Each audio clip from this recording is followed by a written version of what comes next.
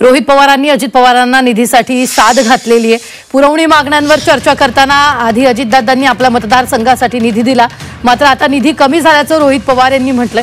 तर दादांनी गावकीकडे बघत असताना जरा भावकीकडे पहा असं आवाहन रोहित पवारांनी या निमित्तानं केलेलं आहे। अध्यक्ष महोदय, महाविकास आघाडीच्या काळामध्ये मोठ्या प्रमाणात निधी हा कर्जत जामखेडला मिळत होता।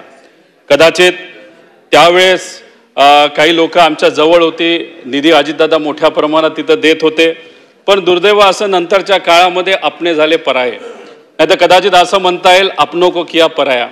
आणि त्याच्यामध्ये माझ्या मतदारसंघामध्ये दुर्दैव असं की निधी येणं कमी झालेलं आहे। पण शेवटी अपने तो अपने होते हैं।